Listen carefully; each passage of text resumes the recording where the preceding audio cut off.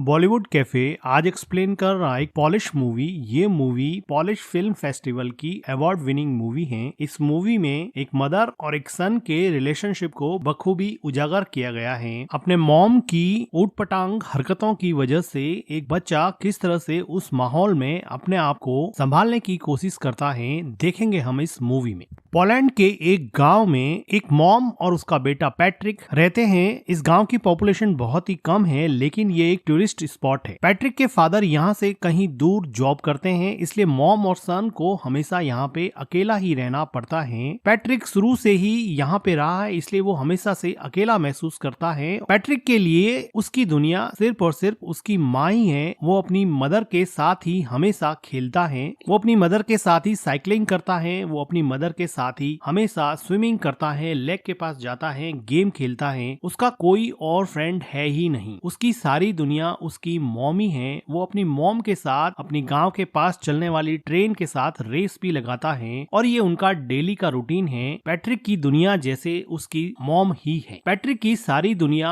उसके मॉम के इर्द गिर्द ही घूमती है। पैट्रिक और उसकी मॉम का रिलेशन ठीक वैसा ही है जैसा हर किसी बच्चे का अपनी माँ के साथ होता है। वात्सल्य से भरा और प्यार से भरपूर इस रिलेशनशिप में किसी और की कोई जगह नहीं थी। लेकिन पैट्रिक की जिंदगी में खलबली तब मच गई जब इस गांव में आसपास के सभी लोग समर वेकेशन की वजह से अपने बच्चों को लेकर पिकनिक मनाने आने लगे और अपना समर वेकेशन व्यतीत करने के लिए यहाँ पे रुकने लगे। पैट्रिक तो किसी से भी क्लोज यहाँ पे हो ही नहीं पाया, क्योंकि वो शुरू से ही अकेला रहा था। उसको किसी से फ्रेंडशिप करने में भी बहुत प्रॉब्लम होती है। लेकिन वो देखता है कि उसकी माँ अब रात को रोज घर से बाहर जाने लगी हैं। पैट्रिक ने शुरुआत में इन सब चीजों से कोई रिएक्ट नहीं किया। पैट्रिक की मॉम को रोज शाम को एक कॉल आता और वो पैट्रिक को घर में अकेला छोड़ के ही चली जाती। पैट्रिक काफी देर तक इंतजार करता। कभी उसकी मॉम रात को घर लौटती नहीं थी और कभी देर रात को लौटती थी। वो थोड़ा सा टाइम पैट्रिक के साथ स्पेंड करती थी, लेकिन पैट्रिक को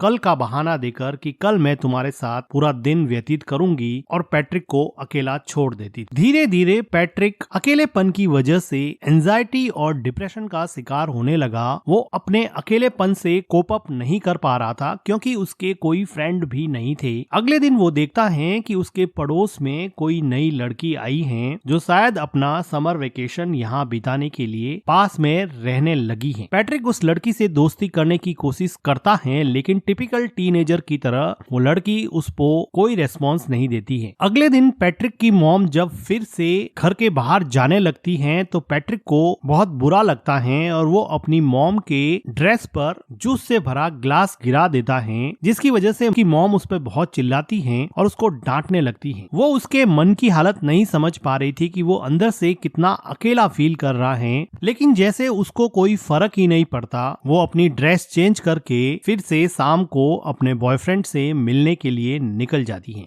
पैट्रिक अपनी मॉम का पीछा करता है। वो देखता है कि कहाँ जाती हैं। कुछ देर जाने पर उसको पता चलता है कि वो हमेशा अपने एक बॉयफ्रेंड से मिलती हैं। पैट्रिक को अपनी मॉम के पीछे जाते समय एक हिरन का बच्चा दिखता है जो अकेला सड़क पर घूम रहा था। ये डायरेक्टर का मेटाफर है कि किस तरह से हिरन के बच्चे को भी उसकी माँ ने अकेला छोड़ दिया है और वो इस सुनसान से जंगल में अकेला घूम रहा है, जैसे कि पैट्रिक भी अपनी माँ के बिना इस पूरे गांव में पूरे समर वेकेशन में अकेला पड़ गया है। पैट्रिक को हिरन के बच्चे को देख के जैसे कुछ सांत्वना मिली और वो अगले दिन नए दोस्त बनाने के लिए तैयार हो गया। वो पास में आई लड़की माइका से बात करने लगा और थोड़ी देर एक दूसरे से बात करने के बाद में वो दोनों एक दूसरे के दोस्त बन गए। माइका बताती है कि उसके पेरेंट्स का डिवोर्स हो चुका है। वो खुद भी बहुत अकेला महसूस करती है। अब माइका और पैट्रिक में काफी दोस्ती हो जाती है और अब पैट्रिक वो सारी एक्टिविटीज जो अपनी माँ के साथ किया करता था, साइकिलिंग करना, स्विमिंग करना और लेक के पास बैठ के टाइम स्पेंड करना, ये सारी चीजें अब वो माइका के साथ करने लगा। उसको माइका के साथ अब मजा आने लगा और अब वो अपने लोनलीनेस को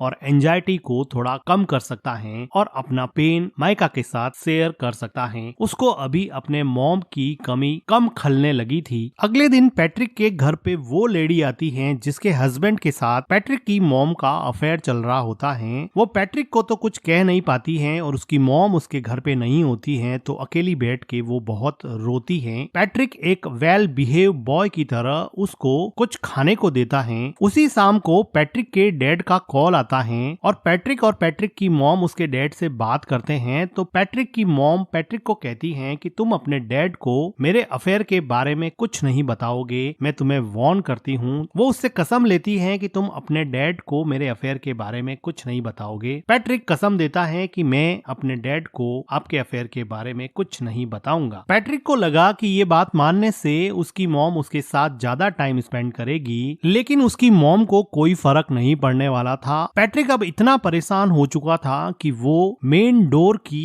कीज भी छुपाने लगा। वो अपनी मॉम को जाने से रोकने लगा, लेकिन उसकी मॉम उसको मार के उससे लड़ झगड़ के भी अपने बॉयफ्रेंड से मिलने जाती थी। पैट्रिक चाहे अकेला बैठ के कितना भी परेशान हो, उसको जैसे कोई फर्क ही नहीं पड़ता। पैट्रिक के लिए अब एकमात्र सहारा उसकी नई नई दोस्त माइका थी, जिसके साथ वो काफी टाइम स्पेंड किया करता था और यहाँ के पिकनिक स्पॉट लेक में स्विम करता और वहाँ पर गेम खेलता। लेकिन उसकी ये खुशी ज्यादा दिन चलने वाली नहीं थी, क्योंकि माइका को यहाँ पर एक उनकी उम्र से काफी बड़ा लड़का परेशान कर रहा था। ऐसा लग रहा था कि माइका इस लड़के से बहुत डरती है। पैट्रिक इतना छोटा था कि इस गैंग से माइका को बचाने के लिए वो कुछ भी नहीं कर पाया, लेकिन उसको मन ही मन बहुत हर्ट हुआ, क्योंकि वो लड़का माइका को वार्न कर रहा था कि तुम इस लड़के से नहीं मिलोगी, तुम सिर्फ मेरे से ही मिलोगी। उसी रात को पैट्रिक अपनी मॉम का जब पीछा कर रहा था तो वो देखता है कि माइका और वो बड़ा लड़का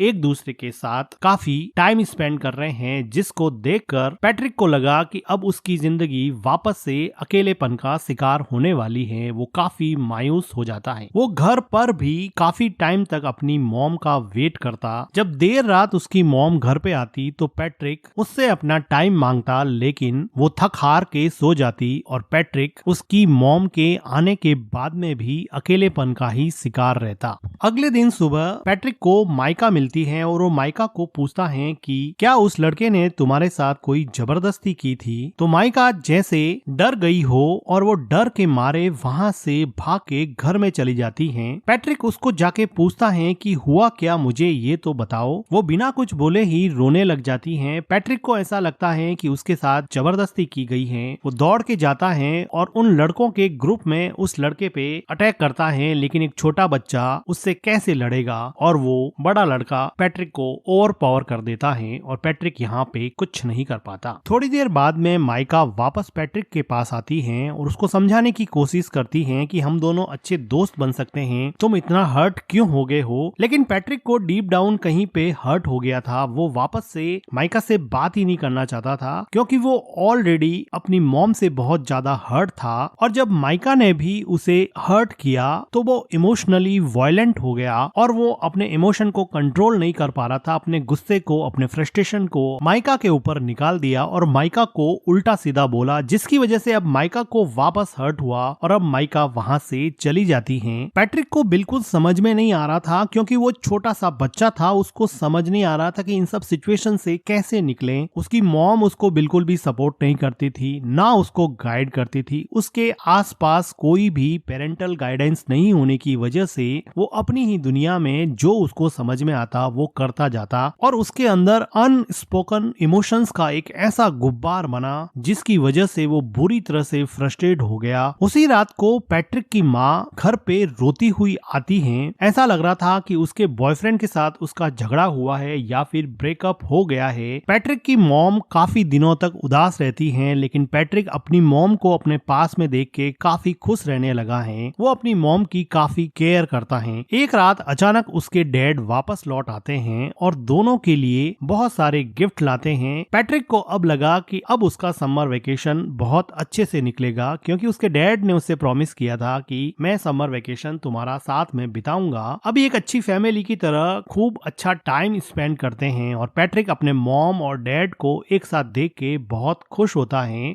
और उसका लोनलीनेस जैसे धीरे धीरे गायब होने लगा था। उसकी एंजाइटी कम होने लगी थी। तो एक रात पैट्रिक के डैड चेस खेलते हुए उससे पूछते हैं कि क्या तुम्हारी मॉम मेरे जाने के बाद में किसी से मिलती थी या रात को लेट आती थी। थी, लेकिन पैट्रिक ने अपनी मॉम को प्रॉमिस किया था कि वो उसका राज किसी को नहीं बताएगा, इसलिए वो अपने डैड को अपनी मॉम के अफेयर के बारे में कुछ नहीं बताता है। लेकिन उसके डैड को इस बात पे डाउट हो जाता है क्योंकि पैट्रिक की मॉम का बिहेवियर काफी चेंज हो गया था। उसी टाइम पे पैट्रिक के घर पे माइका आती है और वो उससे बात करने के लिए कहती है। माइका के कहने पर पैट्रिक उसके साथ साइकिलिंग पे जाता है और लेक में स्विम करने के बाद में माइका उसको बताती है कि अब मेरा समर वेकेशन खत्म होने को है, मैं यहाँ से चली जाऊंगी। माइका को पैट्रिक को हर्ट करने पर काफी दुख लग रहा था, लेकिन पैट्रिक अब इसमें कुछ ज्यादा कर नहीं सकता क्योंकि अगर समर वेकेशन खत्म होगा तो माइका को जाना ही पड़ेगा। वो अपने घर पहुंचता है और वो देखता है कि सीढ़ियों पर वही लेडी जो थोड़े दिन पहले उसके घर आई थी वो सीढ़ियों से नीचे उतर रही है। वो अंदर जाके देख रहा है कि उसके डैड बाथरूम में बैठे बैठे रो रहे हैं। उसको समझ में आ जाता है कि उस लेडी ने उसकी मॉम के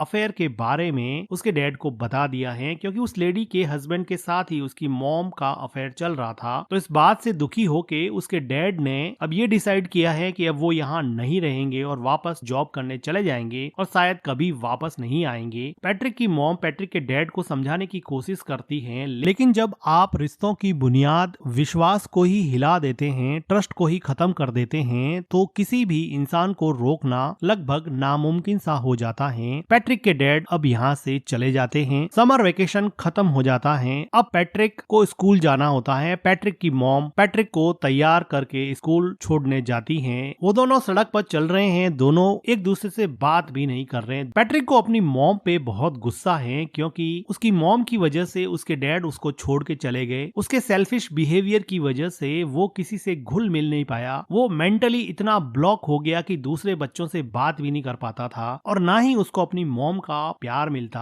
अब वो रेलवे ट्रैक को क्रॉस करने वाले हैं। उसकी मॉम आगे जा रही है, बच्चा पीछे छूट जाता है, जो कि डायरेक्टर का मेटाफर है कि आप अपनी जिंदगी में आगे बढ़ रहे हो और बच्चों को आपने पीछे छोड़ दिया है। और इन दोनों के बीच में न जाने कौन सा इमोशनल आउटब्रस्ट रूपी ट्रेन आके आपके सपनों को, आपके अपनों को कब कुचल दे पता नहीं चलेगा। उसकी मॉम पीछे मुड़ के देखती है कि पैट्रिक पीछे रह गया है। वो ट्रेन को देख के डर जाती है, रोने लगती है कि उसके बच्चे का क्या होगा। अचानक से ये मोमेंट उसको रियलाइज कराता है कि उसकी जिंदगी में कौन इम्पोर्टेंट है, उसकी जिंदगी का अहम हिस्सा कौन है। वो आदमी जिसको वो रोज मिलने जाती है, या फिर वो हस्बैंड और उसका बेटा जो हमेशा उसके साथ थे, साथ खड़े थे। वो खूब रोती है। उसको रियलाइज होता है कि शायद उसकी जिंदगी का ट्रैक अब उसे चेंज करना पड़ेगा। और इसी के साथ ये मूवी एंड हो जाती है। मूवी का एक्सप्लेनेशन अगर आपको अच्छा लगा हो तो वीडियो को लाइक कीजिए, हमारे चैनल को सब्सक्राइब कीजिए and thank you for watching.